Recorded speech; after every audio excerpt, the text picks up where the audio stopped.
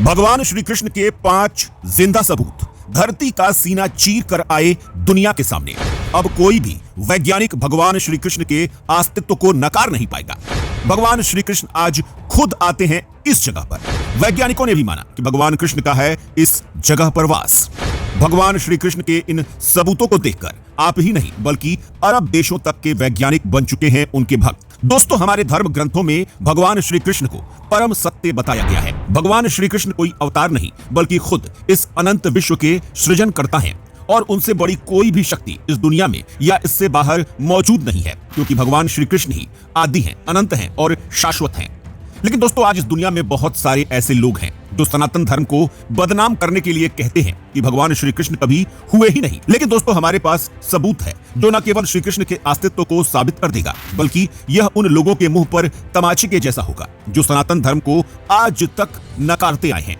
दोस्तों, हमारे इन सबूतों में पहला सबूत है मथुरा नगरी का एक शिलालेख जो आज से लगभग 100 साल पहले एक मंदिर की खुदाई के दौरान मिला था। जी हां दोस्तों, यह शिलालेख कितना पुराना है यह जानने के लिए वैज्ञानिकों ने कार्बन डेटिंग प्रक्रिया का सहारा लिया। और दोस्तों, जो बात उन्हें पता चली उसे जानकर उनके पैरों तले से जमीन खिसक गई। असल में दोस्तों, यह शिलालेख करीब 5000 साल पुराना है। और दोस्तों, क्या आपको मालूम है कि उस शिलालेख पर क्या उकेरा गया था? असल में दोस्तों, उस शिलालेख पर भगवान श्री कृष्ण के पिता का वो दृश्य दिखाया गया है जिसमें वो भगवान श्री कृष्ण को अपने सिर पर टोकरी में लिए नदी से गुजर रहे हैं और भगवान कृष्ण पर एक काला विशालकाय नाग आश्रय का काम कर रहा है।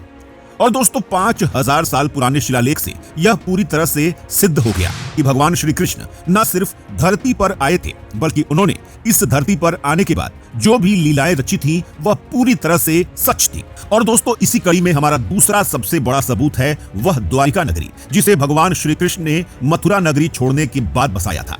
जी हाँ दोस्तों, वही द्वारिका नगरी जो गांधारी के श्राप के बाद पूरी तरह से समुद्र में जलमग्न हो गई थी। जी हाँ दोस्तों, अब उस द्वारिका नगरी को न सिर्फ खोज निकाला गया है बल्कि अब भारत के ही नहीं बल्कि पूरी दुनिया के आर्कियोलॉजिस्ट श्री कृष्ण की उस द्वारिका नगरी पर रिसर्च कर रहे हैं। और दोस्तों, उस नगरी से जो पत्थर और अवशेष मिले हैं उनकी कार्बन डेटिंग से भी यही पता लगता है कि वह सब पत्थर 5000 साल पुरानी है। और दोस्तों, आपको याद होगा कि हमारे धर्म ग्रंथों में भी महाभारत काल को आज से 5000 साल पहले का ही बताया गया है जो श्री कृष्ण के अस्तित्व को पूरी तरह से पुख्ता करते हैं।